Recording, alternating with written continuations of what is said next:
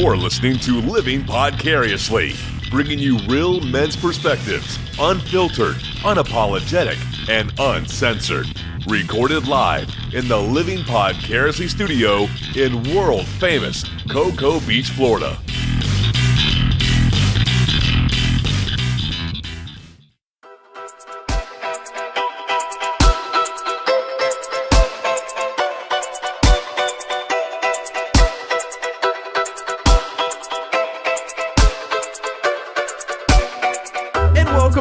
Another episode of Living Podcariously. What up, guys? Woot woot. Oh, yeah. I am Adam. I'm one of your hosts for the show. Sitting across from me in studio. I am Tach. And sitting over there in the Lady Chase. Yeah, there's no Andrea tonight. She might come join us a little bit later, Tach. I gotta turn that a little bit. She might come join us a little bit later, but she is feeling under the weather. So she's taking some time off. That's Gotcha. She get a little nausea kicking in. You know, it's kind of expected with Growing a pregnancy. human. Yeah. So sitting over in the big recliner. It's Mr. Wilson. What's up, guys? What's up? Oh, yeah. Oh, yeah. So, man, we got a lot of stuff to tell our listeners. Holy shit. Last weekend was dope. My God. So for our listeners, you guys know we have a close tie-in with one of Brevard's local bands. Not to itemize them out right now, but because we've got a lot of other friends in the community that are musicians. We got the guys with Truphonic. Love those guys. We got the guys over with Power Couch. Right. Evan with Power Couch. Great band as well. But this recap is going to be about Hot Pink.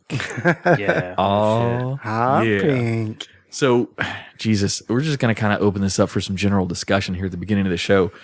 We had the opportunity, we were lucky enough to get into the Cocoa Village Playhouse, talk to the director, Stacy, and also talk to the band. They just did the Hot Pink's The Music of Queen, a tribute show at Cocoa Village Playhouse. It was so fucking good, dude. Dude, they sold out. I fucking love Queen, man, and they fucking nailed it, dude. Yeah, they did. They sold out all 3 shows. So they had a Friday and a Saturday night show. That was originally all they had.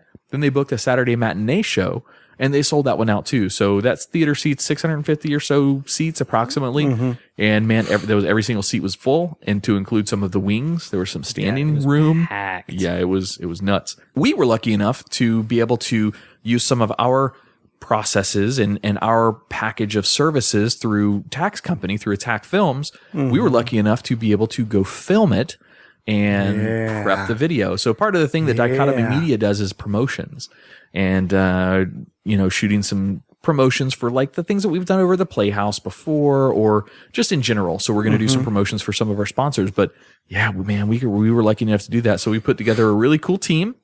Tach was the director and executive producer for the whole thing. And he was also a shooter, so he had his camera out there, a filmography video maker. I don't know what you want to call it officially. And of course, Jimmy Klein came out as well because he's also a part of Tach Films as well. Yeah, Mr. Jimmy Klein, and he also runs a company called Jimmy Klein Photography. Indeed. Where's your bell at? Where's your bell, Tach? I don't have it. You know what? I've quarantined the bell for the time being, and I say that not for purposes of not having it on the show, but when Alyssa, our daughter, was sick upstairs, she had the flu. We didn't want her yelling down to get us, so I said, "All right, just ring this a whole bunch of times, and then I'll come up the stairs and see what you need." Tach's kind of sick too. It'll be fine. Just go get it for him. It'll be all right. There's only one type of sickness, right? We also had some outside. We outsourced. Yep, we sure did. Camera person. That was Xavier Hamilton. Is that his name? No, Xavier Hamilton is our buddy. That's our buddy. Cut that out. No, that's all right. Xavier Hamilton is a listener to the show. Sorry. He's he's also given us money through Patreon. So patreon.com/livingpodcast. Not that Xavier. You got to hit the plug there, but oh well. Ding. The other Xavier. So we also outsourced to Xavier Landers as well. Yes. And, he's with XDL Studios. He came out, brought his 4K resolution, high-end DSLR. I don't know. You say the acronyms. DSLR. It wasn't DSLR, but yeah, I think it was a Sony camera, so it was pretty good. Nice 4K, so should be good. He was brought in. He was a referral, right? Yeah. So our good friends over at Oak and Iron Photography, Kyle and Bianca, referred us to him. I originally hit them up because we had a volunteer who was a shooter who was going to come out and help us shoot, but she couldn't get out of her schedule with work. She just had a conflict last minute and couldn't come out. So we were stuck trying to fill that last shooter seat with quality, because I knew that she had quality. I knew she could shoot really well, but I didn't know of anybody else in the community. So we reached out to Kyle and Bianca with Oak and Iron. They do photography, wedding photography, things like that. But I said, hey, do you guys do video too? And they said, not really, but I got a guy. So I called him, and he immediately said yes. It was not even like a hesitation of an answer. He's like, yes, I'm trying to get my name recognized. I want to come out and do this with you. I think it would be a lot of fun. Yeah. So he came out. Now, not to mention, so those were our shooters. I kind of was a shooter too, sort of, and we'll talk about that later. We'll talk about that later. But we had some PAs or production assistants that volunteered to come out and help us.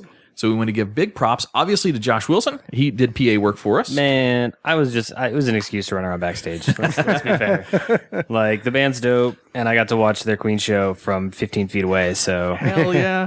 We did have the best seats of the house. So. Yes, absolutely. Yeah. Also to Ricky Rabinowitz and Dan and Stephanie Lynn, they came up to do PA work for us as well. Also. And fucking owned it. Yes. Also Patreon members. So that's right. Extra thanks. Yes. Double thanks. Absolutely. They all did a fantastic job. It was perfect. Loved it. All right. So I am so ready to talk shit. Do it. So tell us all about your camera operating, Adam. All right. So Tach has a lot of film equipment with the Tach films, just a ton, because they do professional shoots for movies and for, just a ton of stuff. Yeah. He shot band stuff in the past, so he knows what he's doing. Tach really knows what he's doing. I have never held a fancy camera, so I don't know anything about DSLR. I don't know what's better, Canon or Nikon. I don't know any of that shit. I know none of it. So I have to take my training and my direction from Tach in this situation. So Andrea bought me as a after Christmas present, kind of just, hey, look, here's a really good deal on something. I'm going to buy it for Adam as a cool little gift. She bought me a knockoff brand of a GoPro, but it was a really, really good knockoff brand of a GoPro. It was just like a generic, another version of a GoPro just from another company. And it shot 4K video at 60 frames a second at 170 degree wide angle lens. So when Tach found out I had that, he's like, well, he and Jimmy got together and did their Attack Films meetings and said, we could put that on the end of the jib. Now, a jib is basically like in this case, a 20-foot crane that swings out and dips low and does all this shit, and it's controlled back from kind of like the backstage area where I was standing. It's great for production value. Yeah, it had some really, really cool shots. But I've never worked with one before, so it's tough. It takes practice, especially if it was balanced better. I couldn't find all my weights, so that was part of my problem. You could see a huge difference. Had it been balanced perfectly, you wouldn't have had as much of an issue. But it still does take practice to. Well, I kind of appreciated learning on it a little bit. Now, not to suffer, it didn't suffer the shots. So the shots that we're going to use were the nice, calm, sweeping shots, which I got a lot of. But you can see when I'm like shifting my weight on my hands, you could see this fucking camera bouncing up on stage. It's very easy to tell that I didn't know the fuck I was doing. You know what, though? What I will say, being right there, it does not look like you don't know what the fuck you're doing. The rest of us who know you don't know what the fuck you're doing, we could tell. I guess awesome. The first time I watched you put the jib arm, the weighted side, like under your legs and just like to give your arms a break. I'm just like, damn. Yeah, I'm not a small dude. I mean, I'm not muscular, but I'm not small. So keep in mind, this is only a GoPro sitting on the end of this 20 foot jib arm. But the weight of the arm, if not counterbalanced, as Tach was saying, it makes the mechanism on my end that I'm trying to control, and there's a handle to control basically the camber of the angle for the camera. Man, I was sweating fucking bullets up there, dude. I got a fucking bruise on my hand, but it was a lot of fun. So I had a couple of shaky moments, and yes, I did tuck it between my legs up in my nuts one time just to get the blood circulating back in my arm for a little bit. But I think it was really cool. James, the lead singer of Hot Pink, came out right to the fucking GoPro a couple times and sang right into it. Like, oh, those are going to make such good shots. I hope it's recording. I also got to give props to Jimmy as well. Like, when we were trying to get everything set up and everything before this show, like I had issues with the audio recorder. Up in the sound booth with the guy. We're like trying to figure it out. And during all this shit and running around and getting this and getting the jib set up and all this and that, this whole time, Jimmy was such a pro, man. He was already getting this backstage B-roll shit that is fantastic. What is B-roll for our listeners who might not know video lingo? B-roll is like anything that's anything extra. So he was getting shots of like James, the lead singer, getting ready. He was getting shots of some of the choir practicing over in the corner. Anything that's not going to be... B-roll can be anything. It can be shots of like a plant sitting somewhere, or I did see you guys hands doing something. I did see you at rehearsal, but also Jimmy before the show was like filming some of the guitar pedals and the snare, the drums, and some of the different instruments that were out on stage, and then some of the lights. B-roll stuff. Yeah, stuff you just splice in during the show or during a certain scene or whatever. It kind of helps with the editing too. Awesome. So you don't have rough cuts. No, I was very impressed. Jimmy did a fantastic job. All you guys did. Xavier did a really good job. You did a good job. I mean, it was. I think I don't know what the video looks like yet, so I might be kind of counting my chickens before those eggs are hatched. But I think it's going to turn out really cool. I hope that our product, our end product, is going to be something that the Playhouse is happy with, and obviously, I hope that the band is going to be happy with. But I'm sure they will be. And tomorrow we're going to go grab some more footage. Yeah, we're going tomorrow at noon, back up to the Playhouse to get some interior footage of the B-roll footage again, but of the Playhouse itself. So yeah, we want to showcase the actual Playhouse. It's beautiful, man. It's gorgeous. It's amazing. What'd you say? Actually, Stacy said it before the show. Was it like 87 years old or something now? The Playhouse was founded in 1922, I believe, and don't quote me on that, Stacy. I apologize. But they are officially now a U.S. national historical landmark. Nice. So they qualify for lots of additional grants and things like that. That obviously is going to be helpful for them. However, they're officially a historical spot. So because they're so old, and if you know theater talk, or especially older construction, that theater is a vaudeville style theater. So back in the early 1900s and 1920s, they built theaters different than they do now. Now they've got these giant wings that you can fucking put an 18-wheeler in if you wanted to. Not this one. This one has super narrow wings. Basically, as soon as you go off the stage, you only have about 10 feet. That's all you got. So all those elaborate sets and, I don't know, things like a 18, 20-foot jib crane has to tuck and fold into ways that it is really difficult to work with. Because Josh was my PA for that.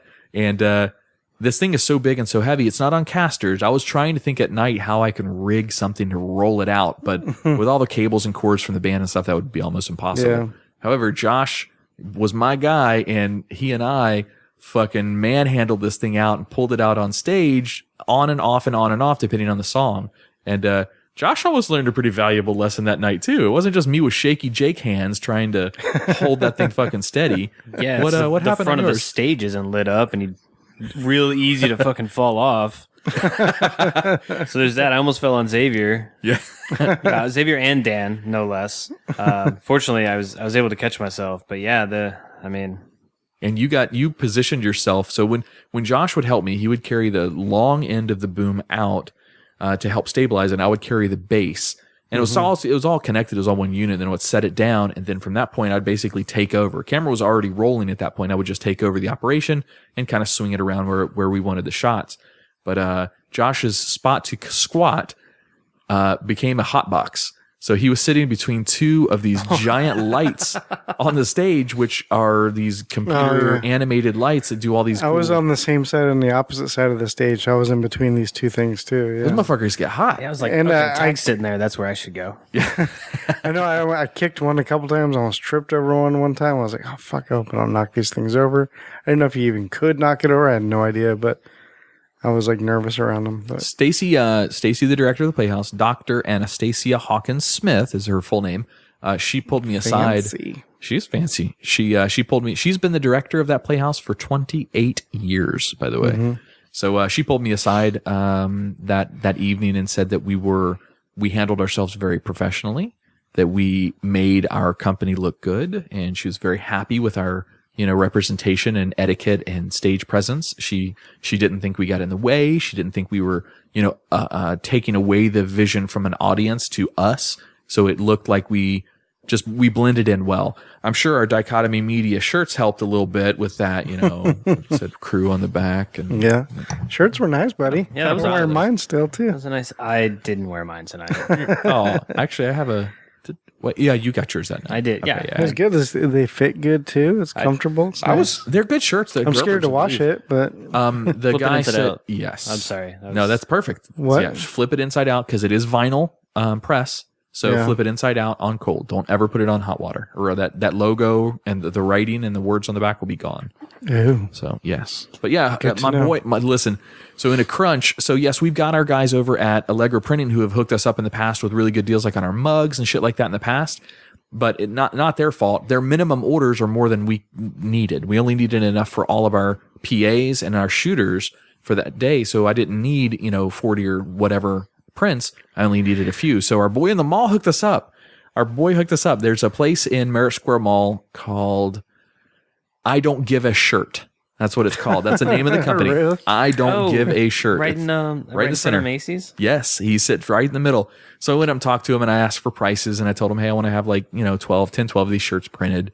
What would you cost? And he gave me a pretty good rate. He's a nice guy and he did it while I waited. So I brought him the graphic and the imagery and stuff like that. And he fucking printed it out and did it right there on the spot. So took him about an hour and a half, but he got it handled. So go see my boy Yasim over at, I Don't Give a Shirt. I Don't Give a Shirt. Goddamn, I forgot the name of it. So there's 20. How many songs was there? 22? Oh man, I can tell you because that set list is still my background.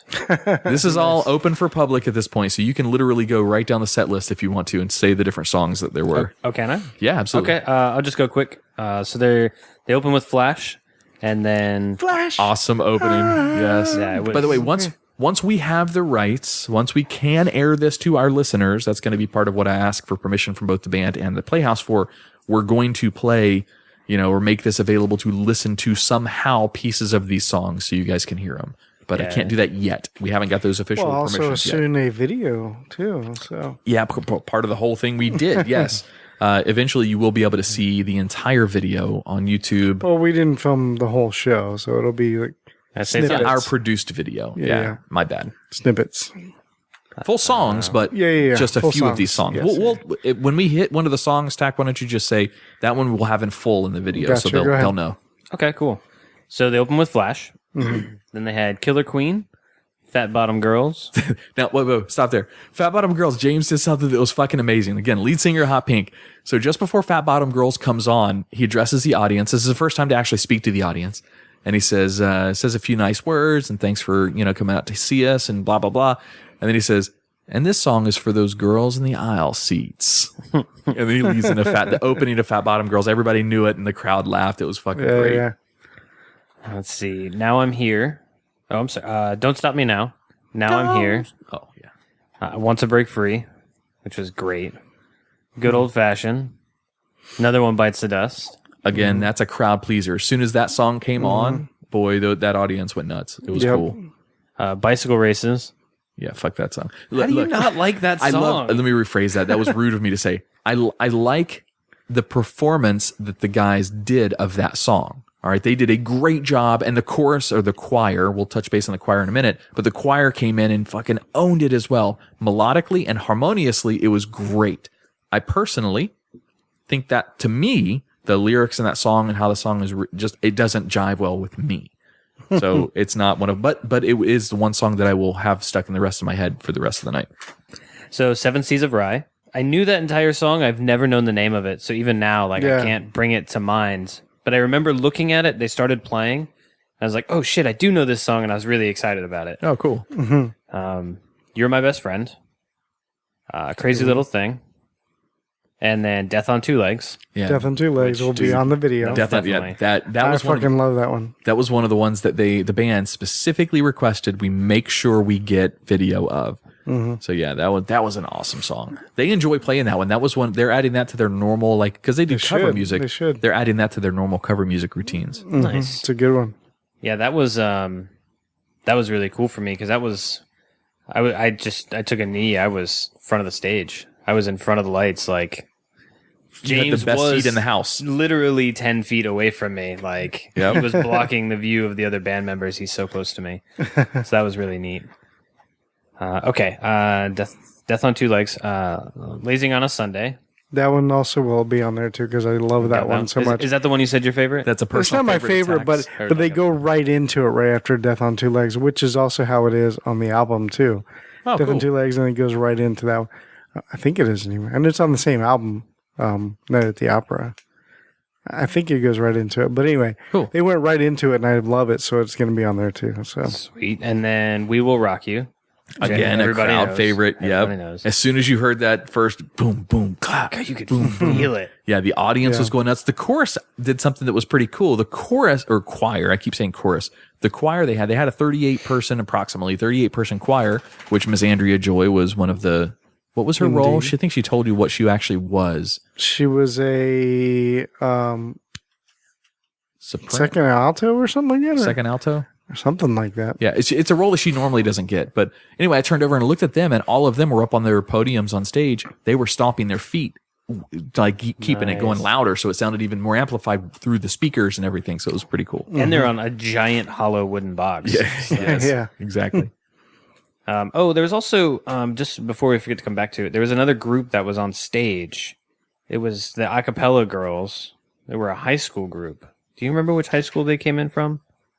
Actually, I think that was the Playhouse Girls. Yes. talking about? So there was a specific group, Fermata Stars. the Fermata Stars. Yeah, Fermata Stars, but they're not. I mean, yes, they are high school group or high school age kids, but I think they're like 16, 18 or 15, 18 or something like they're not just from a specific high school. They're with the Playhouse. I see. But they're in that age range. I understand. Okay. But yeah, they're fucking Yeah, phenomenal. they were man. killing it. They did it on stage that night? Yeah. that. I don't remember seeing Really? them on stage. No, me neither. I saw them out front the night before Friday because I went to see it Friday night as a patron. I went and drank beer and watched. To be fair, I didn't know them to be their own group, but when Xavier and I were out front getting pictures of the band during like the meet and greet when it was done, somebody came up to me and told me that like, oh, I'm a parent of one of the Fermata girls, and like we came over from this high school, so maybe I obviously cool. misunderstood what she said, but she was okay. like somehow related to that group, and she called them out. She's like, yeah, they were up on stage, they were the a cappella group, and I was like, oh, Oh, awesome, that's cool. They must Yeah, have. They did that out in front of the theater Friday night. They're literally right on the street.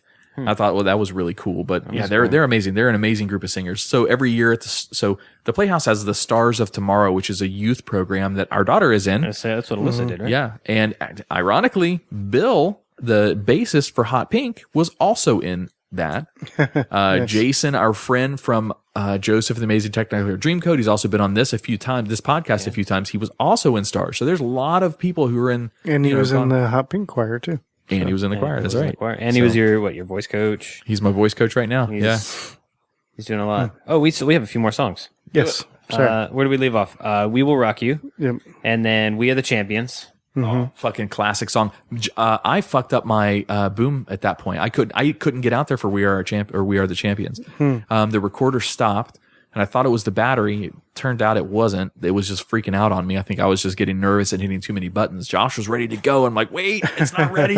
And so he ran and grabbed me another battery at that point. So I missed with the boom mic. I missed that song. So hopefully you guys got it all. I think I don't know if we got it all, but I got some of it. Maybe Jimmy and Xavier might have grabbed the rest. I don't know, but Another big one that Hot Pink wanted us to get, which was Somebody to Love. yep, we got that one. That's one that I know James specifically wanted that one. Yep. Play the Game. Bohemian Rhapsody, of course. Everybody we grabbed knows. all of that. Yeah, we got. You all got of Play that. the Game and Bohemian No, Rhapsody? not Play the Game, Bohemian Rhapsody. But all of Bohemian Rhapsody. So Bohemian Rhapsody was their official last song. And they did a unique set. I mean, they still have another song Josh hasn't said yet, but they did a unique set. They did 8, 10, 12 songs, whatever it is, then did a break for an encore. So they literally left stage. They left the choir in their place so that you still had the choir up there. So the audience knew something was up. They come back out and do those next 3 songs, ending with Bohemian Rhapsody. And then they leave and come back do a song from their set What list. kind that of they know. sucked was when they had left the stage, they left on stage left, which is where I was at. And they were all like right there, just standing there with me. And I was just like, you guys are sounding good, man. You guys are fucking killing it out there. And I was just giving them a little pep talk. The only thing that sucks is that I didn't have a light on my camera, so I couldn't film any of it. It was all just pitch black. Oh, And I was like, damn, that would have been really good to get. it would have been good B-roll footage. Yeah. Could they hear you when you were talking to them? I think so. I mean, I assume so. Because there was a couple of times right before the show started, but James already had his earpieces in, so he could talk to the other band members and stuff. And he'd come off stage, and I don't even remember what I said. Generic, just like, "Hey man, what's up? What's going on? You know, you guys excited or whatever?" And he just looked at me and smiled and walked right past me. I was like, James did that from the band? he did. I was like, "What the?" He might not Okay. have heard you. They all have earbuds in. That's what I was saying. Like he already had his in, Yeah. and I did not Yeah. realize that. So like, what the? That's not like him. No. Yeah. So he stared at me. He knew I was talking to him, but he also knew that he couldn't hear me, and he didn't want to explain that again. So he's Yeah. just like, ha ha, yeah, hey, smile. By the way, it is the Fermata. That's Fermata, Fermata Stars, and they're an a cappella singing group from the Cocoa Village Playhouse. And dude, they're as good as like that Pitch Perfect a cappella movie that I watched with my ex-wife's daughters when they were teenagers. You know, they're that good. They're really amazing to listen to. So after they did Bohemian Rhapsody, then the choir left the stage. That was the choir's exit, and everybody gave them a big, huge round of applause and that whole 9 yards. Yep. And then they came back with their go-to song. It's still Queen, but it's one of their songs that they play at every one of their cover band gigs that they get, and it's a huge crowd pleaser. It's Under Pressure. Under pressure. Yeah, the Vanilla Ice song, yes. Oh, wait, no? Do you guys, you know the story behind that? Yeah, he got sued big time for it. Oh, yeah. Who did? The team that produced Vanilla Ice's song. Oh, I meant, no, the original Under Pressure. Oh, no. It was written in like 8 hours after like a cocaine binge or something. Really? Yeah, it has like a crazy back. It was like him and one other major singer from their heyday that they were just hanging out doing a bunch of drugs, and Talk about David Bowie. it might have been David Bowie. Because it's Queen and David Bowie that do the song. Yeah, it so. definitely was them. So yeah, It's got one of the most recognizable riffs I've ever heard in a song of all time. I mean, you immediately know what song you're going to, well, other than the Vanilla Ice ripoff, you immediately know what's coming up in that song. It's so recognizable. Yeah. It's great. Yeah, it was a good way to finish it. It's one that everybody knows, and it's one that they are unbelievably well practiced in singing too. So singing and playing. So they just went up there, they killed it, and it was because it's one of their normal shows. They did not have the chorus up there either, so it was just them. Yep. So like all of like the really hardcore, diehard Hot Pink fans that were right up front, like they were really excited about it. It was cool. We got some pictures with like their hardcore fan group too. That's We got awesome. some pictures with them out front. Maybe we can take some of those pictures and add them into the video that we're doing or something. I don't know. Maybe at the end of figure the it trailer or the credits or something. Yeah. Yeah. You know, I think you know a guy, Tach, that might have some influence in on that. Yeah, it'll be cool. Yeah, so we had triple redundant recording. So if anybody, all right, this is going to kind of be a segue real quick. As a podcaster or as a person who works with any kind of digital media of any kind, you know to back your shit up. You know to have redundant recording sources. You know to have, you know there's certain steps that you take with your equipment. Well, there's part of a reason. So we've gone several weeks without any kind of audio that's been released for Leaving Podcariously and the Twisted 10, both of our shows. That goes twofold. Partially, that's because it was the holidays and we were very busy leading up to this Hot Pink gig that we've got here. So we've had a lot of moving parts in our show and we took some time off. We supported a sponsor for their New Year's Eve day, which was supposed to be a recording day. Christmas was on a recording day. So we had a lot of things that kind of tied up. A few of us had the flu. I mean, Yeah, we've been sick. There's been a lot of things going on, but the recordings that I had from just after Thanksgiving or around the Thanksgiving time frame, Andrea got me that new camera that I used during the Hot Pink show. And guess what Adam did? He took his biggest micro SD card and said, "Ooh, I'm going to put it in here because that's the best card that I've got, and I want to get the best quality video because the thing records at 4K. I wanted to like take it around the house and shoot some shit and just see how it did." Well, as soon as you put the card in there, this camera formats the card to match its formatting requirements. Yeah. And of course, that means all of the data that I had not transferred over to the computer is gone. That was all of the podcasts that we had recorded. Now, I'm going to give a quick plug over to an application called Recuva. Yes, it sounds funny. Recuva. It's free. This isn't like a promotion or anything. Did you recover it? I or what? recovered the I recovered the data. Oh, Oh, Angela. Jonathan. Mona. Lisa. Lisa? No. Who's the other one? Who am I missing? Samantha. Samantha, the most important one, and I missed that one. Son of a bitch. What are you talking about? He's so young. Have you not heard us do this like a billion times? Who's the boss? Tony I've Danza? heard it, but I didn't realize it was like a bit. Like I thought it was a bit that you guys did. I didn't realize that was from a show. Yeah, that's from Tony Danza from Who's the Boss. This was a show that was really popular, and me and Tach were little boys. I don't like the way you said little boys. It sounded creepy. Did it? If you would have just said when we were little. I guess that would have made more sense. That makes sense. That also. But so anyway, I lost the data. And that application, the Recover application, got it back for me, and it's free. So if you're That's a podcaster, fucking download that shit now for Windows. I don't know if it works on Mac or not, but it found all of the data on that hard drive or on that flash medium, which I was fucking lucky for. So yeah, those podcasts will be coming out. In fact, I released one of them today. Speaking of the day we're recording this, so that went out as well. Cool. So, but yeah. So takeaways from the show, guys. Is there anything else we want to throw out there for our listeners? Some maybe behind the scenes shit that we got to do or got to see or got to experience? Yes. One, the orchestra pit downstairs for your orchestra teams. Mm-hmm. That room is hot as fuck.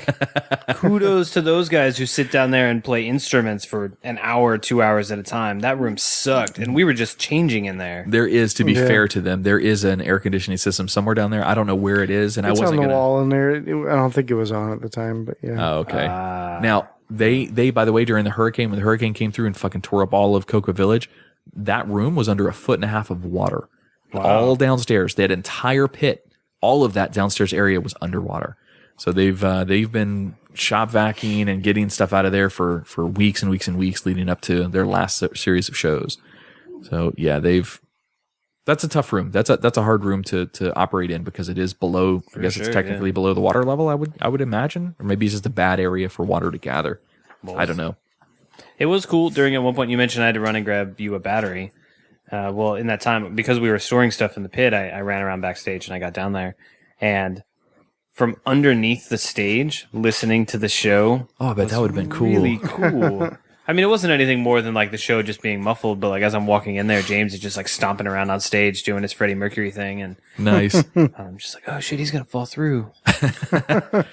So for those listeners who don't know, for the Cocoa Village Playhouse, they do have, you never see it, but they do have a full orchestra, well, not full size, but a full instrument orchestra that sits below the stage, literally below where the actors and singers and performers are, is where Josh is referencing.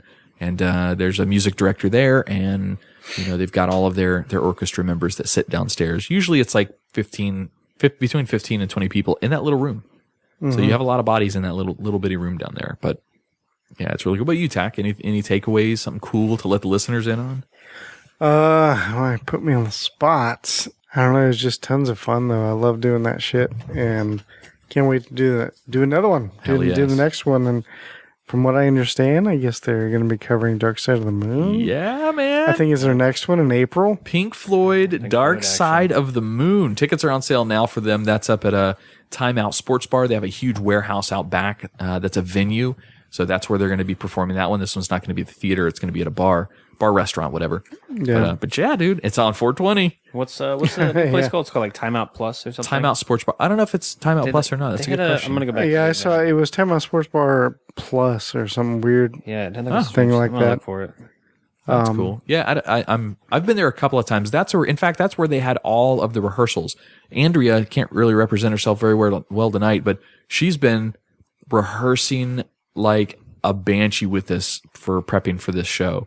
And she rocked it out. So what I'm hearing is that you think Andrea sings like a banshee. That's what I heard. Wait a minute now. Hang on. So it's called Time Out Plus. That's the name of their new venue behind Time Out. Sweet. So there's Time Out Sports Bar and then Time Out Plus, which is where they're playing at, which is up in Cocoa. Nice. Coolio. Well, that's really cool. What about you, Adam? What was your cool behind the scenes? Yeah.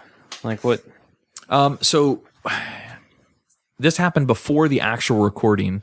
And you guys are completely aware of this, but something that was unbelievably helpful for us and what we were trying to accomplish as a team. So Dichotomy Media is our company, and we wanted to represent this video and audio production the best quality we possibly could.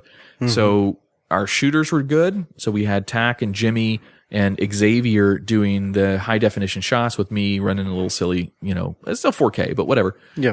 The audio is where I really cared about making sure we had good quality. Oh, yeah. So I forgot I wanted to mention that too. we had triple redundancy at this point. So Tach had his recorder, which is really nice quality. It's way better than the one that you're listening to this show being recorded on. I had my recorder set up. Well, mine was plugged straight into the mixer. Yeah, basically everything that came out of their speakers is what Tach got through electronically, not through just audibly. So yeah, you were tied right into the mixer. I had my recorder set up to capture the audience reactions. Basically, it was set up to have no filters. It was just whatever was happening in the ambiance of the room. And the ahs and the yays. Exactly. And all that from the crowd. That's what we wanted. And then our boys, I will say special thanks to Jeremy, to Gavin, and to Brian, and I'm sure I'm missing a few people over at the Playhouse because they really hooked us up with something that was really special. They gave us, they told me ahead of time, and I picked up a hard drive and brought it up there. They said, if you bring us a hard drive, we can give you every single instrument and microphone on its own channel in stereo. So you have the ability to make your own master mix for this video that you guys are producing. So we had every individual microphone and mix, the entire mix we had as all the audio files from the entire show. So like if the kick drum had its own mic, we have just the kick drum. We have like just one choir member, or we just have just James vocals. Like everything is on its own channel. And I had a huge heart on the other day listening to all that and just messing with the mix and just, that was great. Is that something we can combine and give to Hot Pink? Just be like, well, that's what I was kind of thinking too. I mean, but also there really wasn't much for me to really mix. I could do a remix, I guess, but it was already pretty much done very well already by them. So yeah, the sound tech did all of that in advance, right? Brian and Gavin, they're amazing. Those guys are, or maybe that one's Jeremy, but those guys, I don't remember the roles for each one of them necessarily right now, but those guys are fucking spot on. They know what they're doing. I'm pretty sure that they all have degrees in their own speciality. Because, man, that soundboard, that was intimidating as hell. All of it's motorized and, it's all moving. Motorized faders and stuff. Yeah, it's all presets and doing... Because all that is when you get those motorized faders is just a control. That's all it is. Because you can get a huge, like, what's called the Control 24, which runs like Pro Tools and stuff like that. It's just a control device for what's going on with your computer. That's all it is. It's like a big mouse. Whatever. And it's awesome. It's great. Does it light up and move? Yeah, that's all I need. Yeah, that's what. It's cool because when I went to audio engineering school, we had them too, and and it was just so much fun. It's great to work with, and they do have like those demo modes where it just shows off everything, and you put it in that demo mode, and all the faders move like a big snake across the board, and all these lights light up everywhere. It's like tries to sell itself. Is there like a demo button? Could like the sound guys at Cocoa Village Playhouse, they like tune everything, and there's like okay and demo, and they just look like they're playing a massive, just like they're just playing an instrument. All the lights are going. Well, kind of, because that's what they already did when certain like scenes were happening. The light guy would on the other side would have all of his programs preset, and it would do that, and then the sound guy would have all of his programs preset because they knew what they wanted to have happen, and he would literally, when it came to the next song, all he would have to do is hit one button because he's already put all the work into it, and you would see every fader just all over the board. It would all move at once to tune it in just perfect for that song. Yeah. It was nuts to watch. It's all automation because just like because they'll just go through and move faders here and there, and it records all that movement. And so then you could just go back in the track and it'll go just how it was. There's some like a big time sound guy out there that's listening to our podcast going, listen to these guys. They're impressed with the little shit. Yeah. Well, motorized fader is a big fucking deal. Yeah. I've been dealing with it every day for the past 15 years. You know what? That's I fine. think it's cool. If you're that guy, give us your old shit. Yeah. There you go. Yes. Like if it's no big deal to you, just like we'll take it secondhand. I am not for saying nothing here, but there's another cool podcast in the area that their listeners got went out and got them an H6, a Zoom H6. I'm just saying, one of our listeners hook us up with one of those. We'll like that. We got to get them on the show again. We're going to have them down again. We got to schedule something with those guys. Yeah, don't know. We're referring to the guys over the Burn It Down podcast. Yeah, Jason, Dabs K, and those guys. I need to call Dabs. We have not even taken a break. All right, yeah, let's take a break. We're so fucking amped up from this show. The adrenaline's still going. By the way, I came home that night. I was supposed to. Andrea still had to show up for another show. Yeah. We recorded the 2 p.m. show, and then I made it back here probably about 6:30. I'm gonna guess maybe 7 o'clock because I went out with Andrea and had some food afterwards. She had to sing again at 7:30. And then that show ended at like 9:15. Well, they had an after party up at Timeout Sports Bar to announce the next show, the Pink Floyd Dark Side of the Moon. Yeah. Well, I was supposed to go up there and meet her. And I came home. I laid down on the couch and I don't get nervous, Tach. I don't. But in this situation, in preparation for this show, my nerves were so fucking shot. My anxiety was through the roof. I wanted everything to go perfect because I wanted to both represent the Playhouse and represent the band as well as represent us well. So I got back here after all that, just my adrenaline dumped. I laid down on the couch with the dog. I didn't wake up. I slept through 9 phone calls. I didn't wake up till 9:30 when I was supposed to have been up there for half an hour. Like, oh, fuck. Oh, shit, it's happening again. I gotta go. Oh, it sucked. Yeah, Jimmy kept telling me too, up to that point, finally shooting, he was like, I'm so nervous about this. I'm so nervous. I just want to do a good job, and I'm just so nervous. And I was like, dude, it's going to be good, man. Don't worry. Yeah, once the first songs hit, my nerves were gone. I was fine. At that point, it was just adrenaline and go get it done. There was no nerves at that point. Yeah, we did hit a couple of technical difficulties, but overall, everything was good. Yeah. So Solid. And that's expected. Murphy's Law. So. Well, cool. All right, let's take a break in studio. Indeed. I need another beer anyways. Yeah, another beer, another vape, another fun couple of things. There's no diary tonight because unless Andrea happens to come downstairs because she is not feeling so well. So we'll be back in just a little bit. Listen to a little bit of DJ Gil Lugo. And I want my favorite DJ to give everybody the word. Who's on the turntables tonight, my son? You're listening to Chicago's very own DJ Gil Lugo. Are you guys gonna like kick it old school? Yeah. Kick it. Let's take it old school. Back in the day. It's the old school remix. DJ Gil Lugo. Live in the mix.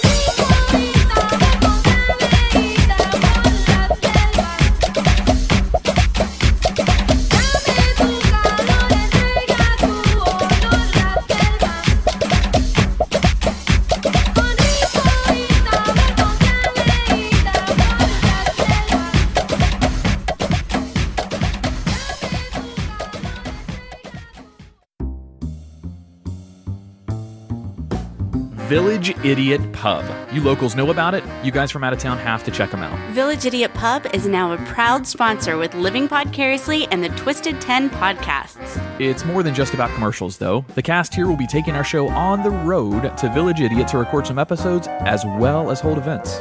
They have over 30 beers on tap, including ciders and Hefeweizen, my favorite, as well as hundreds of bottle choices. Adam, you forgot my favorite, all the delicious wine. So get your friends together and enjoy the board games, puzzles, and the giant Jenga. Let the owner, Jason, as well as the rest of the staff there, take excellent care of your beer drinking needs. Mention either one of our shows to the staff and get 10% off your tab. Tuesday is open mic, Wednesday is trivia, Thursday is karaoke, Friday and Saturday night are live music. Visit them at 4 Harrison Street, Suite 103, Cocoa, Florida, or Village Idiot Pub on Facebook. And don't forget, they are a dog-friendly location, so bring your friends, family, and fur babies.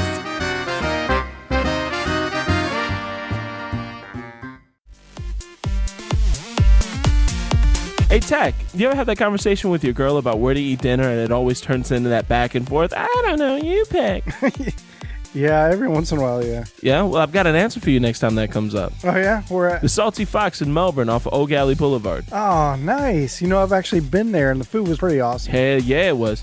They offer a great selection of paninis, shareable appetizers, soups and salads, and one of the best desserts I've ever had, the Funky Monkey. Oh, yeah, my favorite was the vintage options. They got this meal called ramen noodle on crack. You just got to try it out. Done. That's definitely what I'm getting next time. Put the fun between your legs at the Salty Fox every Tuesday night at 7 p.m. with the Oak Alley Arts District Bike Crawl. It's a 4-mile bicycle ride down Pineapple Avenue with stops for food and beer all along the route. Be sure to visit the Salty Fox every Sunday for brunch from 11 to 4. Hey, isn't that the $10 bottomless mimosas brunch? Sure is. Enjoy your brunch while the Salty Fox's DJ spins throwbacks and top 40 hits. Salty Fox is located in the downtown Eau Gallie Art District on Eau Gallie Boulevard. Check them out on Facebook at facebook.com/saltyfoxmelbourne or online at thesaltyfox.net. Hey listeners, be sure to mention you heard about the Salty Fox on our show and you'll get 10% off your meals.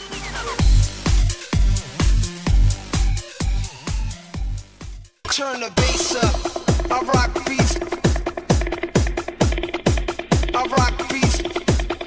Turn the bass up, I rock beats. I rock beats. Turn the bass up. And welcome back to the Living Podcariously. Seriously. Yeah, did you like that? Huh? Did you like That was it? good. Was it why you follow saying everything I say? I don't know if I can do it. Welcome back to Living Podcariously, y'all. So yeah, we did our first segment is all hot pink and the music of Queen performance. God, forgive us if we're over energized about that, but that was such a fun fucking shoot for us and a fun event for us. Geeked out pretty hard over it. Yeah, it was. Yeah, they don't want to hear blast. about it anymore. Let's move on. Yeah.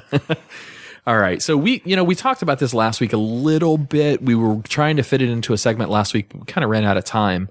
I've started doing something kind of because of Josh. Josh had brought this up to me. Mr. Wilson had brought this up. I don't have really the horsepower behind my computer systems here at the house to really profit off of this too much, but I wanted to dip into this cryptocurrency pool and gold rush, so to speak. Yeah. So I'm farming, buddy, or I'm mining. Like Bitcoin? Is that what we're talking about? This is like Bitcoin. Yeah, it's exactly like Bitcoin, yes. I think it's about time we talk about it on the show. Cryptocurrency. Well, you said it's like Bitcoin, or it's a lot like Bitcoin. Mm-hmm. So it's not Bitcoin. What I farm is digital note. That's another type of cryptocurrency. There's hundreds of them out there, aren't there, Josh? Let me stop you real quick. There's actually several thousand, but oh wow. Let me stop you here. This is important to say. None of us, from a legal perspective, have any idea what the fuck we're talking about. Good cover for liability. None of this is financial advice. This is all guessing. You can call it speculating because it sounds cool, but it's a fucking educated guess. Like when you said there's thousands of different kinds of cryptocurrency, so I feel like anybody can just make their own currency. Like, you know what? I just did just now. I just made Tach note. What is it? Tach coin. What's it exchanging at? I got a penny. Give me 1,000 of them. You can have 1 million for a penny. You guys hear that? I'm in. Go buy Tach note on Binance. Sweet. We are good representation from 3 different perspectives on this. Tach is a novice. I don't know anything. No cryptocurrency knowledge at all. I know a little bit. I know enough to know what it is, how to use it, and how I can get some of my own. And then Josh is more advanced than either one of us. I wouldn't say he's a guru in cryptocurrency yet, but he knows a lot to be able to talk to us and maybe some of our listeners about it a little bit. So yeah, I'd say a little cryptocurrency stuff. This is the perfect conversation to have. Unfortunately, when Andrea's sick, because she can't stand this kind of talk. So we brought it up during a break in our last recording session, and she was just like, "Shut the fuck up." She's like, "You nerds." Yeah, I don't know how much I'm going to enjoy this conversation. So let's find out. Let me make this very clear. If you had spent $100, just $100, when Bitcoin's initial public offering of their currency came out, you would have in your pocket right now 100. What is it at? 15,000 a share. If you put $100 at coin? the Bitcoin ICO, you'd be the richest man on the planet. You have 100. Yes, but with like fake currency or 150. No, you can transfer that into real currency. You'd have $150 million right now. If it was a penny a share or whatever, you'd have $150 million in your pocket. But how would I have $150 million? I read a really good analogy for this one, which I really, really like. So I could say that a single Bitcoin is worth, I'm not sure what it's at right now, but let's just say $15,000. Actually, let's ask Google. Hey, Google, what's Bitcoin's current value? 1 BTC is approximately 13,040 United States dollars. Okay, thank you, Google. So $13,000. Don't thank the robot; it's weird. But she likes it. Hey, Google, do you like to be thanked? I'm thankful for animal facts. For example, a turkey's gobble can be heard over a mile away. Okay. Thanks, Google. All right. A turkey's gobble can be heard for over a mile away. I can write that one down. So I read a really good analogy. Okay. Because I'm not going to go and for perspective, Bitcoin has kind of hit a point where it's not transactionally useful. A cup of coffee is $5. That's like 0.000001 Bitcoin or whatever it breaks down to, right? Mm-hmm. So it's more fair to think of Bitcoin at this point as almost a store of value. Basically, if I'm a super duper rich celebrity and I go buy a $10 million painting, it's not because I give 10 million shits about art. It's because I need a $10 million store of value that I can liquidate and move out of, not money, not in the bank, just something that will hang out and retain some relative store of value. Okay. So I can say I don't know, I'm just going to write out this painting analogy. I know that $10 million painting is going to be at least as much, if not more, with the natural inflation of the US dollar. Mm-hmm. So that's kind of the easiest way to think about Bitcoin specifically. However, to make that a bigger picture, Bitcoin is one amongst a very, very large sea of offerings for what cryptocurrency can do. Bitcoin in itself, it was originally released anonymously. Nobody knows who created it. Nobody knows, there's no owner. Mm-hmm. So the guy, the entity that released this white paper anonymously on a forum in 2009, 2008, something like that. But basically dumped a white paper saying, here is how you can make a completely decentralized, publicly verified currency. And their goal was to replace a traditional fiat currency, replace the US dollar, replace the euro, replace the British pound. Maybe not replace isn't the right word. To create a global currency that is decentralized or not regulated by banks. So it's regulated by consensus and has a really cool way of verification, and the transaction ledger for it is public, and anybody can go and download every Bitcoin transaction that's ever happened. You can download all of them, all the way back to the original first test transactions before we saw it as a population, just in their lab. All of it's maintained, all of it's verified. It's at a high level, it's really neat. So basically, if I'm sending Adam 1 Bitcoin, let's just say we're having a baller transaction. Got 15 grand right there, buddy. That's what I'm talking about. So basically, I will say, "Give me suck your dick. I'll do it." Yeah, I mean, for 13 grand, I guess. Done. If that's what it's going to cost. So this transaction that happens, basically the transaction record is sent out to the network using something very similar to BitTorrents. For those who are listening who might be familiar with that, basically it broadcasts out to everybody on the Bitcoin network that's listening on that specific address and port number. They say, yes, there's an update.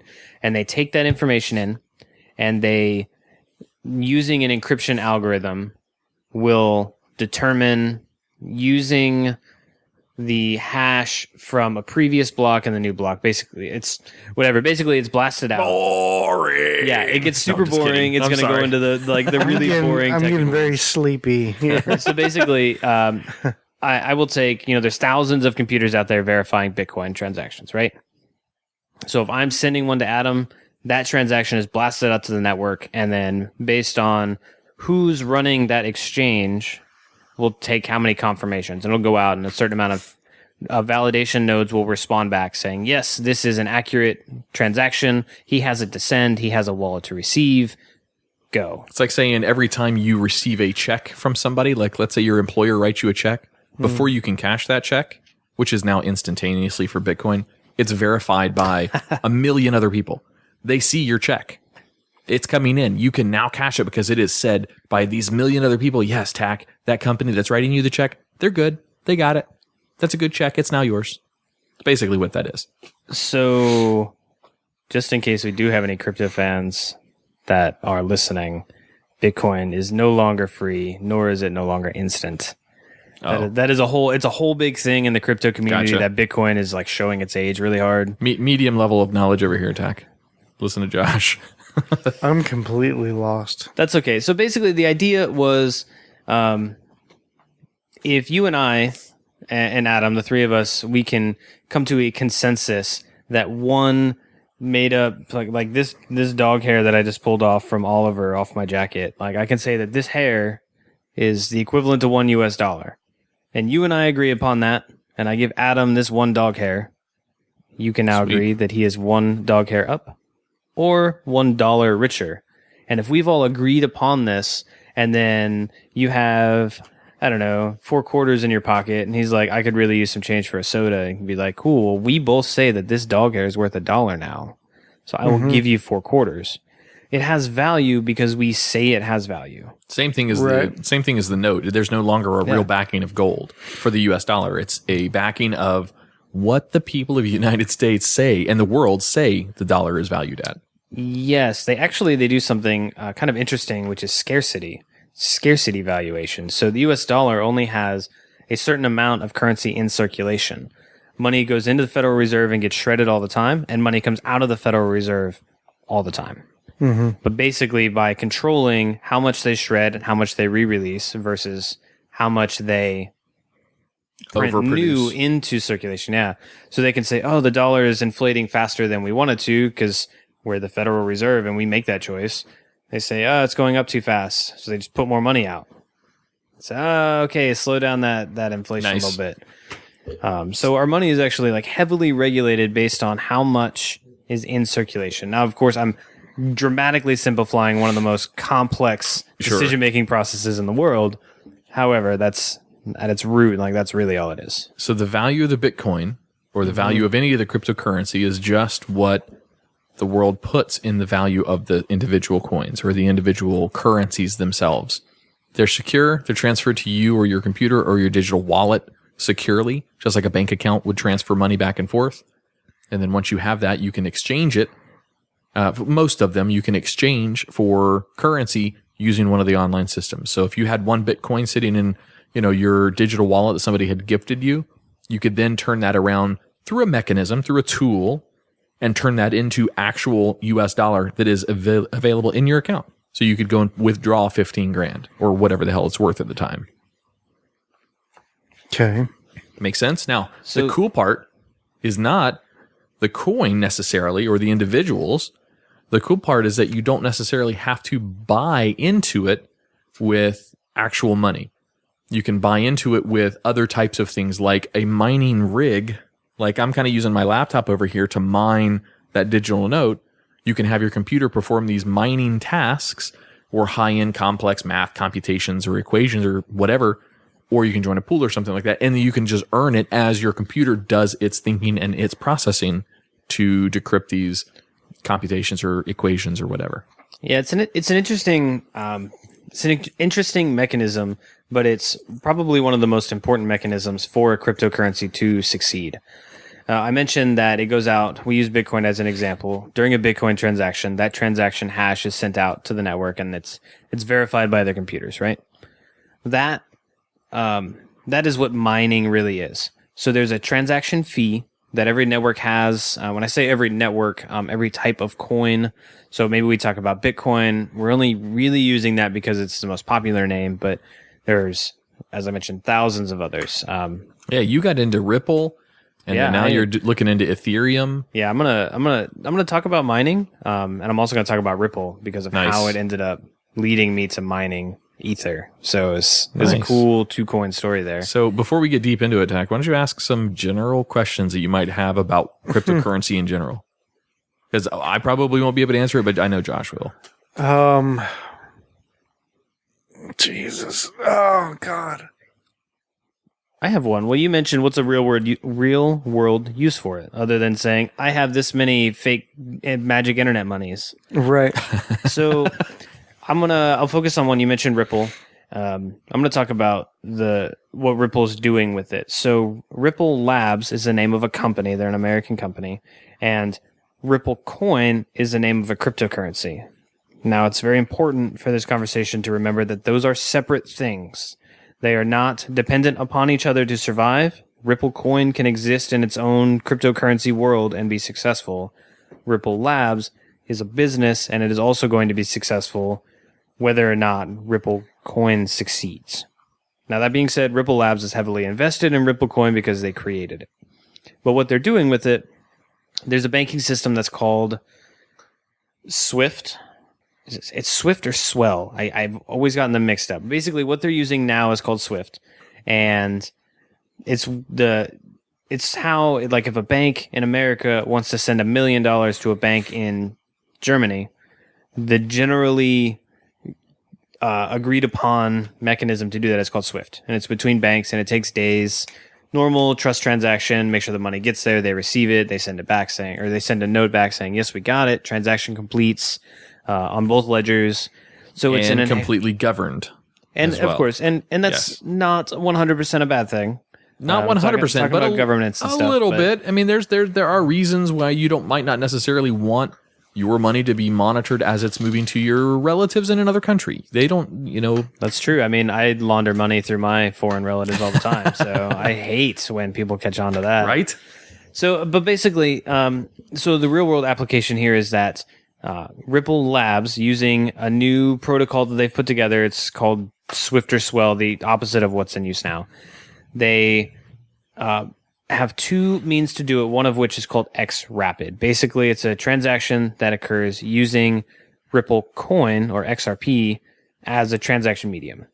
So then both banks have Ripple holdings, Ripple Coin holdings, and they run the transaction over the Ripple network, which is relatively instantaneous. And I say relative because it's a measure of how many seconds it takes versus how many days it takes. And the cost for it, a real-world application, money was sent over the Ripple network, millions of dollars, and the transaction cost was 0.04% of a penny. Wow. So it costs to send millions of dollars, 0.004 pennies. Nice. Or $0.00004, which is just, it's unprecedented.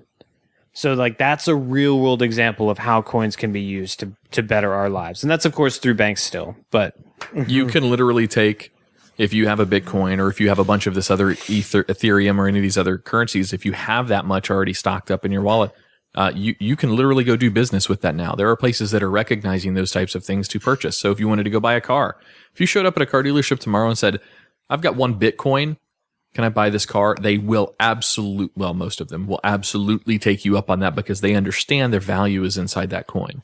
They would end up cashing it, I'm sure, but I would actually have to completely disagree with you, as much as I hate to say that. Really? Yep, that is actually me as an active investor in the cryptocurrency community, as someone who's actively mining, someone who is actively buying equipment to mine better. I still am incredibly disappointed by the lack of practical use on a day-to-day basis for me.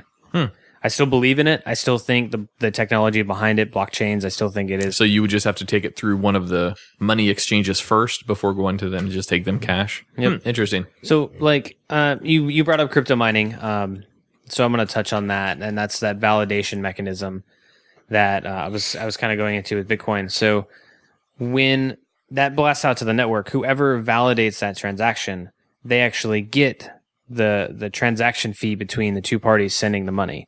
So that's what mining actually is. It's running a validation. So it's the exchange of electrical and computational power for that transaction fee. So it puts relatively speaking, it puts a tangible measurement behind the input to the network. So you can measure the wattage, and you can measure the hashing rate of your computer, and you can measure, like, I spent this much money and I put it into the network and coins came out. So there's an exchange there. And that's what gives Bitcoin kind of some value. So, but be careful, Tach. I know. But be careful. There was a guy, I don't know if you saw this. I'm sure Josh saw this. There's a guy that was busted. I think he was in Tampa. It's fake. Well, oh no, it was. I'm sorry. Tell your story first. God, I could be that wrong. was such a great story. I could be wrong. Before I cut your knees out. Which story? I think there's a guy in Tampa. I think it was Tampa. It might not have been Florida, but in Texas. But there's a story of a guy who was selling Bitcoin to elderly people, and all that he was actually selling them was Chuck E. Cheese coins. Like the actual Chuck E. Cheese coin, and he got busted. Is that the fake one? That is the fake one. God damn it. Yep, that was a fake story. Because I bought it again. I bought it too. I was like, that could totally happen. Oh, yeah, easily. I believe that happened. Yeah. But it's one of those. Damn it, Snopes! What the hell? So I don't think we're convincing Tach to want to buy into cryptocurrency. No, I'm really having a hard time keep up with the conversation. It's making me more sleepy. I can tell. No offense to you guys. look exhausted. What time did you get up this morning? 4:30. Cool. Jesus I almost Christ. went to bed at 4:30. What's wrong with you? Well, I have this job thing where I make actual money. We all. Not like, Yes. Oh. I don't know, none of this pixelated bullshit. No. Look, the pixelated bullshit has made two people billionaires. I gotcha. The Winklevoss brothers. I believe in Winklevoss, it. yeah.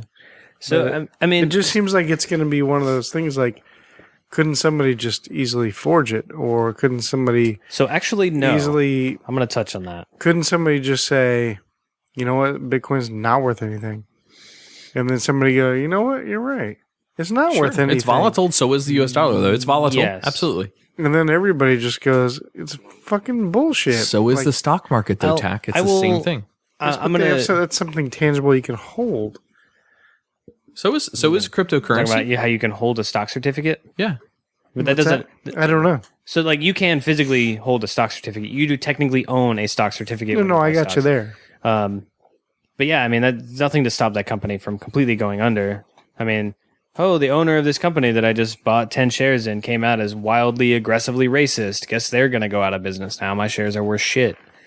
Yeah, public influence can influence any dollar amount and on any currency level. So no matter where you invest your money, it can always be influenced by popular opinion, by politics, by anything. There's lots of ways to influence it. This is just another outlet for that. So you're right in that, theoretically speaking, somebody, and I'm kind of air quoting here in studio, somebody could pull the rug out from underneath Bitcoin. The problem is nobody wants it to be worth less money. Like, people are heavily invested. There are, I want to say, somewhere around $300 billion wrapped up in Bitcoin. Damn. I didn't know it was that much. Yeah. It's an insane amount of money. They're hosting billions of dollars in transactions a day. Billions of dollars. But so you're right. Technically, somebody could come up and say, it's not worth anything. But to kind of use an analogy for another cryptocurrency that's less popular, it's called Litecoin. And it has some technological differences, but basically it's considered to be a lighter weight Bitcoin. That's their goal. All that aside, the owner, the guy who created the coin and built the network up, I want to say it was about 2 weeks ago from maybe this is the night that we're recording, he sold out all of his Litecoin. It hit an all-time high. He sold all of it.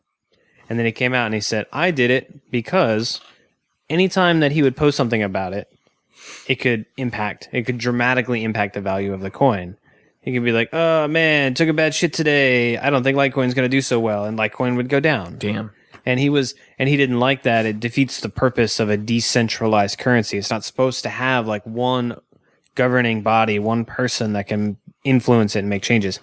So he sold all of his holdings, and the coin value definitely went down. It reflected very directly in that same day, but it hasn't bottomed out. It went, I want to say it dropped 30% that day or something, which is fairly comparable to, if an executive in a company sells their holdings, their shareholdings, it means they're leaving the company generally. But Tach, you've seen opportunities in the past to possibly get in on something at a ground level, and 99% of the time they always fall flat, right? Right. Penny stocks. Sure, penny stocks. This is a very good comparison to something like a penny stock. Cryptocurrency isn't going anywhere anytime soon. It will definitely be around unless something much, much larger happens to the world economies.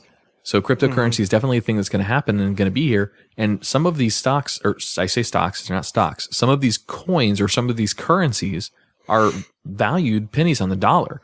So you could literally take $10, $15, $20 even and get an entire bushel of these fucking coins or these cryptocurrency notes or hashes or whatever, and then turn it around in a year and possibly have, a nest egg that sits there. If not, you just spend $20, $50, whatever you spend on it. It's not too bad. Right. So yes, it's very, very high risk, but possibly very high reward in the outcome. I get it. So it's cool. It's kind of like the stock market, just not.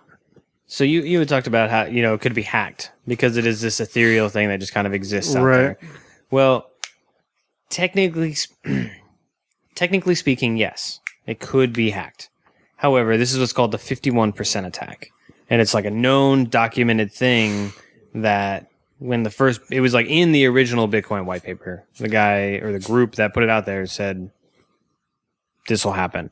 Basically, what 51% means is that you have to have a single computer, so powerful that it can overpower 51% of the network validations to become a majority validator on the network.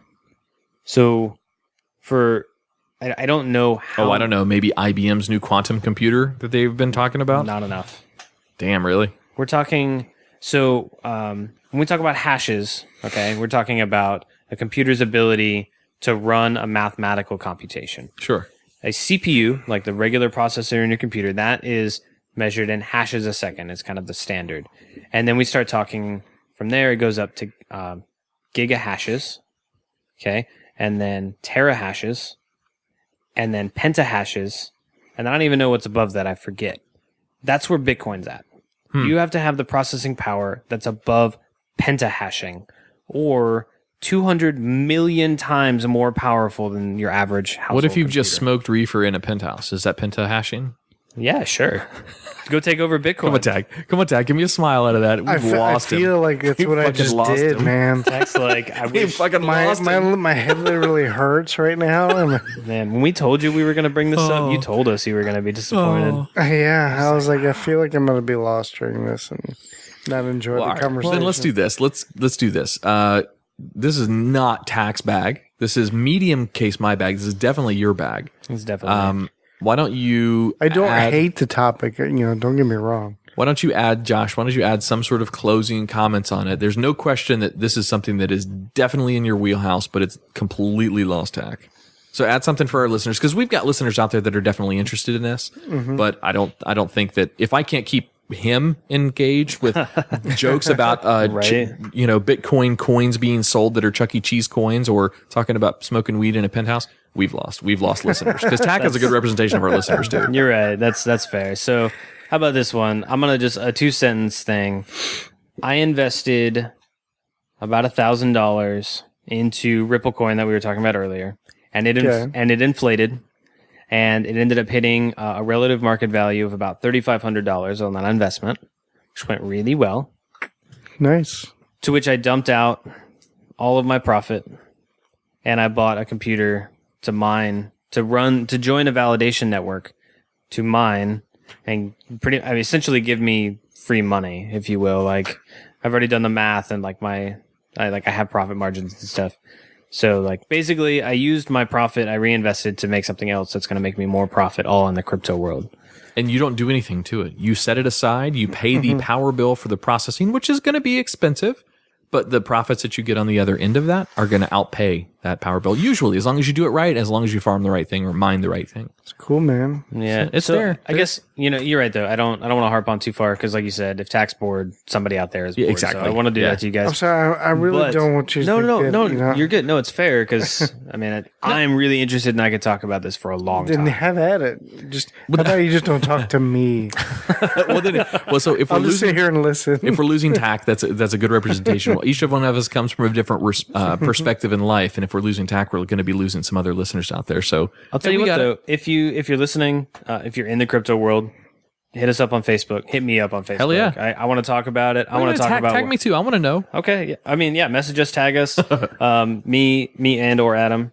I want to talk to you about what you're doing. Are you mining? I want to hear about it. What are you holding? I want to talk about your holdings. Why are you holding certain coins? Why are you invested? I want to talk to you about your cryptocurrency experience, because I'm geeking out over it. You understand that one of our listeners is going to give Tach a Bitcoin. Say, here, just here's one coin. Go have fun. And Tach's going to be like, what the fuck's this shit? Fuck this. I'm going to get a burger. And then I hit delete or whatever it is you do.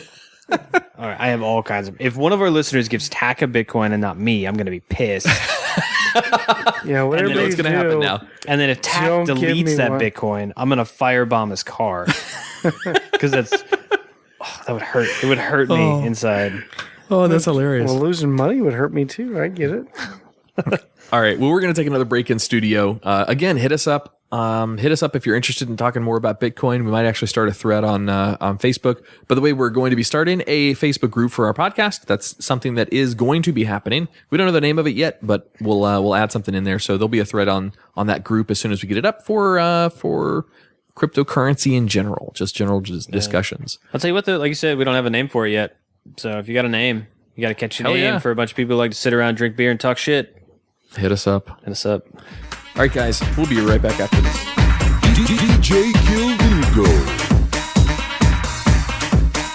Hey, it's Adam. If you enjoyed the content or the cast of Living Podcariously, be sure to check out the other show we produce. It's called The Twisted 10. Each week, a host or a guest host takes over the show and brings their own unique and original top 10 list to the show. Here's a few examples. Top 10 crazy religious practices. Top 10 sexual fetishes. Twisted Guinness World Records. Top 10 possible human extinction events. And my personal favorite, top 10 best or worst infomercial products. As you can see, the content is all over the place for the show. However, it is a lot of fun to produce, and we hope you like it. As always, thanks for listening.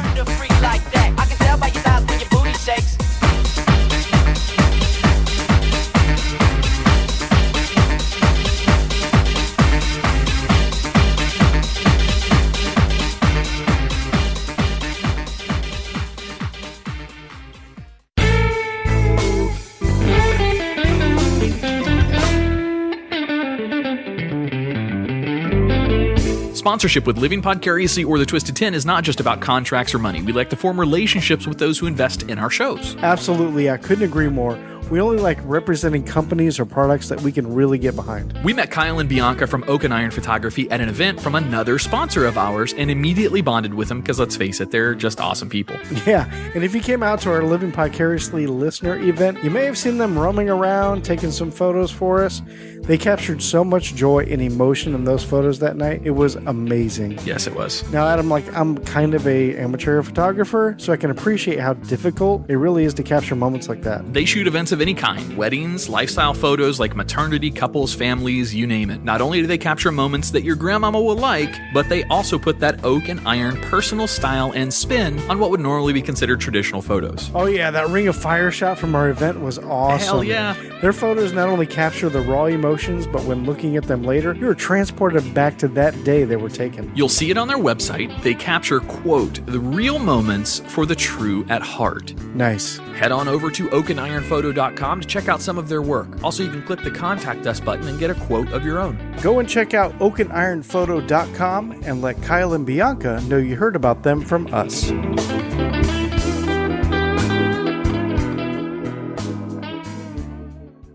Drop an old school beat.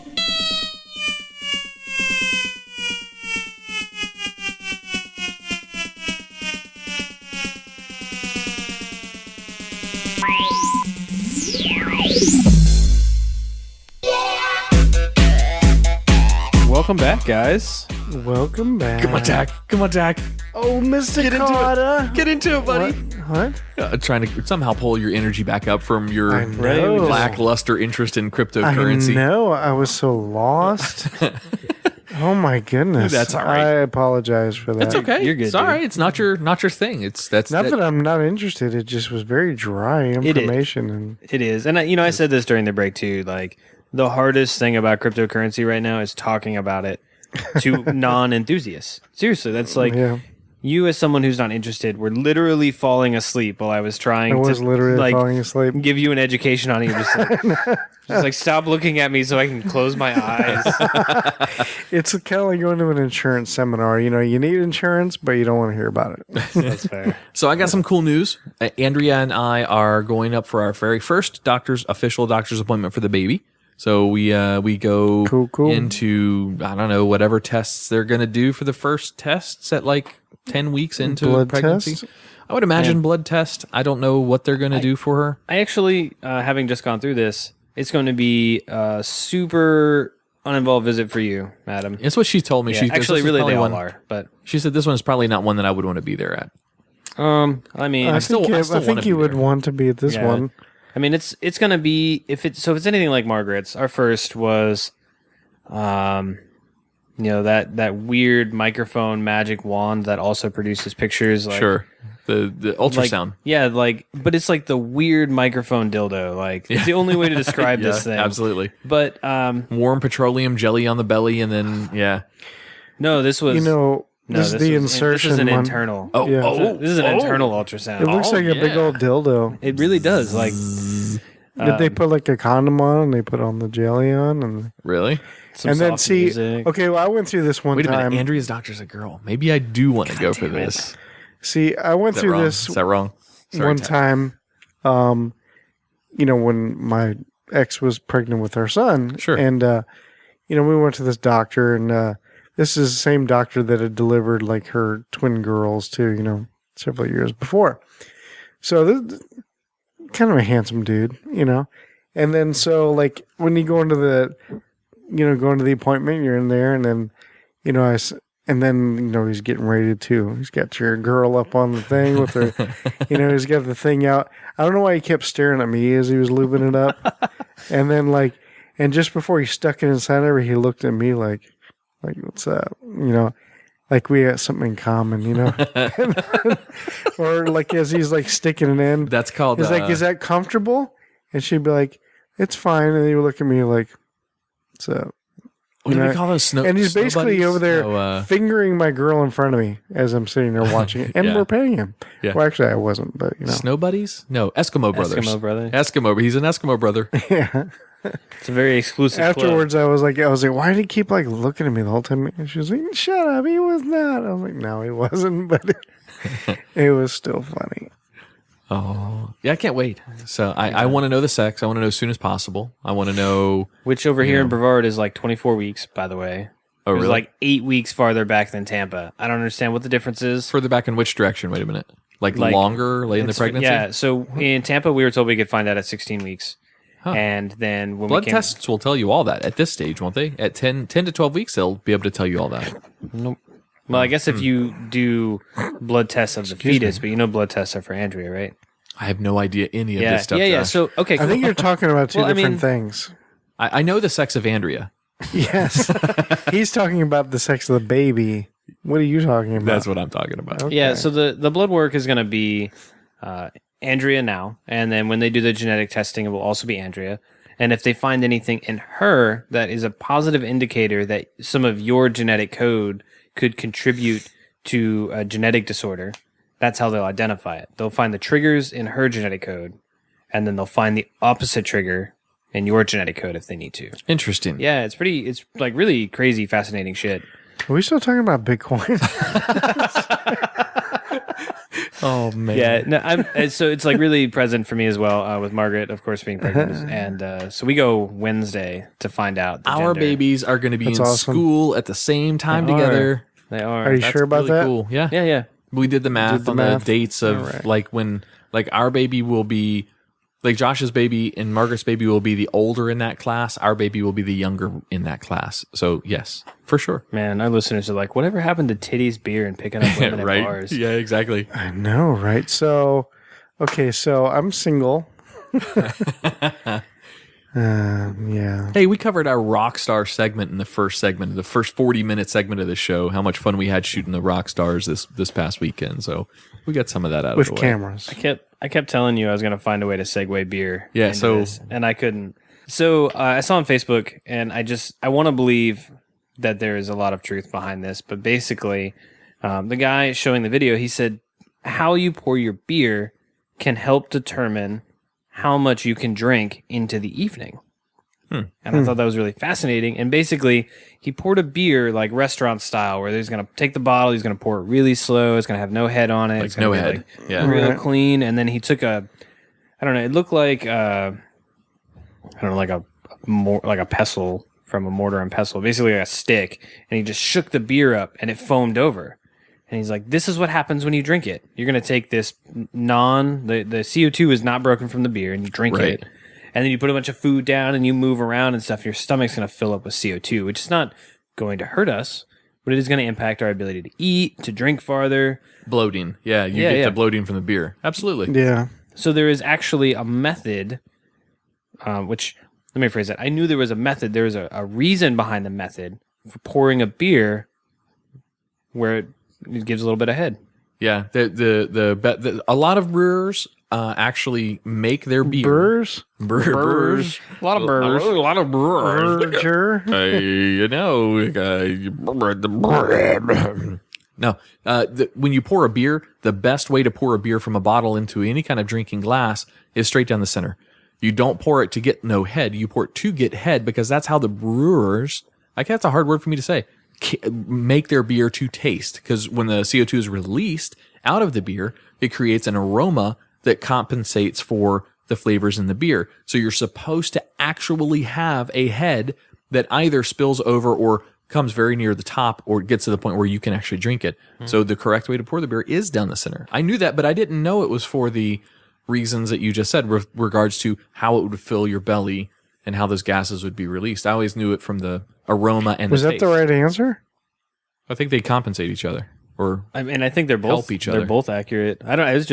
I watched it like right before I came over, and I thought it was really cool. You know, we need to ask our friends over at Bug Nutty that question. Ding. Yeah, we need to go down and see them one night. Actually, Third Thursday is coming up here pretty soon, I believe, isn't it?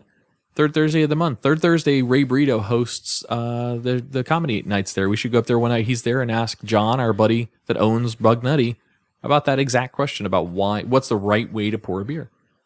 That's going to depend on the type of beer. What the fuck is going on with Ray Burrito? I haven't seen or talked to him in a while. Man, he's been busy. He's probably fucking somebody else, Tach. On that note, that's a great way to end the show right there. Nice. That was awesome, Josh. You guys ready to get out of here? Yeah, we can wrap it up. All right. You sure you don't want to talk about Bitcoin some more? Let's do it. I can. You trying not to go home? What's up? Wait, Josh, just sorry. keep talking. I'm gonna fade you. I'm gonna fade you to black. All right. So using the new computer that I got, so basically I'm gonna hook it up so these graphics cards they will completely. Is that good? Is that good? Tach? That's much better. Is that good? You like that? Now it's just kind of like he's in the background. Yeah. Okay, let's bring it back up. Just kidding. Oh. No. I'm sorry. Maybe it's just a bad night. We'll try again another night. Yeah, if Andrea's here, forget it. We ain't talking. Yeah, if Andrea's around, we can't. No, she won't. No, we'd lose her quicker than shit. All right, guys, let's get out of here. Thank you very much for listening this week. Thank you for being patient with us during the holiday season and during Adam's foobar of the data files. But hey, we should be back rocking and rolling here very soon. All those files are recovered, so we should have all those. Rocking and rolling and whatnot. All those podcasts. Was that on the set list? Was that? Yeah, no. Check us out on Facebook, facebook.com/livingpodcariously. You know what? You guys know how to find us. At this point, you've been listening to us this long. Search all the regular social media platforms for Living Podcariously. You will find us. We may have, and we'll update you guys next week, we may have a new email address to be able to use for the show. So we've always had show at Living Podcariously. We're probably going to convert that over to a Dichotomy Media email address because that is our company that runs both of our shows. So more on that in next week's show. We'll turn over to Josh, Mr. Wilson, to give us an update on that next week. And don't forget to check us out on iHeartRadio as well as Spotify now. Spotify. We're on Spotify. Have we checked it? Have we Yes. seen? We're definitely on Spotify. I don't know about one of our two shows. I know I found one of us on there. I don't know which one it was. You and I saw the Twisted 10, which is our other show. Maybe that's the one that it was. I want to see if Living Podcast. Last time I looked, coming. I think It's it not was just episodes or something like that. Like you couldn't pull up the show. As long as something's on there. That was several weeks ago, though. there. So if you search for Living Podcariously, the first episode that comes up, episode 0. Well, that's a good thing. That's our very first show. Yep. Well, see, there we go. We're on Spotify, guys. All right, high five. All right, high five. All right, guys. Thank you very much for listening to us this week. We greatly appreciate it. Miss Andrea Joy will be back next week with all of her lovely beauty to the show. We missed her this week. There's no question. Oh, they're all there. They're all there. Does that also include the cover art for each episode? It looks like the cover art was different. Yep, it's got the cover art for each Nice. show too. That's awesome. So for listeners out there who may not know, we make special cover art for each and every episode that somehow marries up to the hosts or the guests or the topics or conversations or something. Yeah, you don't see it like on iTunes or anything like that. You see it on YouTube. Yeah, YouTube has it. Or Facebook. Yep. But that's about it. Man, Cool. the one it's not in order. Oh, So I'll have to ask him about order. But that's weird. All right, guys. The bitch. Well, thanks for listening. On behalf of Living Podcariously, I'm Adam. I'm Tach. Mr. Wilson. Thanks for listening, and we'll catch up with you guys next week. Later, y'all.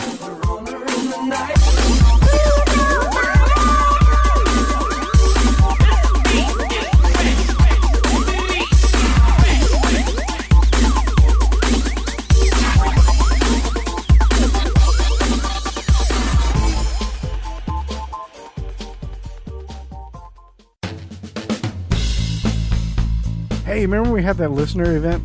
Yeah. Our first ever listener event for Living Podcariously. Yeah, 7/7/7, July 7th. Giant success. In fact, we just gave Keith with the Children's Hunger Project his money from that event that we raised. Indeed, we did. Hey, what was that beer that was donated for the event? That was from Bug Nutty Brewery. That was called the Nutty Idiot. It was a medium-bodied lager. I don't remember the ingredients that they had in it, but man, it was good. We served 300 pours, all 300 possible pours that we could have out of their donation. We served very, very quickly that night. Yeah, it had like an Asian flavor to it or something. It was like, I don't know what it was. It was interesting. It was cool though. I loved it. I think a little bit of a sesame flavor. Yes. I'm gonna have to get that ingredient list from him. But yeah, that was really, really good. Our boy Ray Burrito also does comedy up there every third Thursday at Bug Nutty Brewery here on Merritt Island. He does the third Thursday comedy night up there. Oh wow, that's cool. It's a really cool list. It's every time I've been up there, it's amazing comics. Nice. Andrea, did you try the beer that night? Oh, yes. It was wonderful. She's not a beer drinker, can you tell?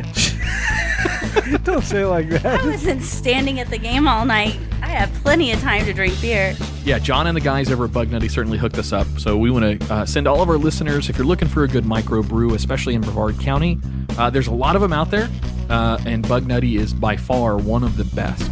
They are located at 715 North Courtney Parkway, Merritt Island. Give them a call at 321-452-4460 or email them at manager@bugnutty.com.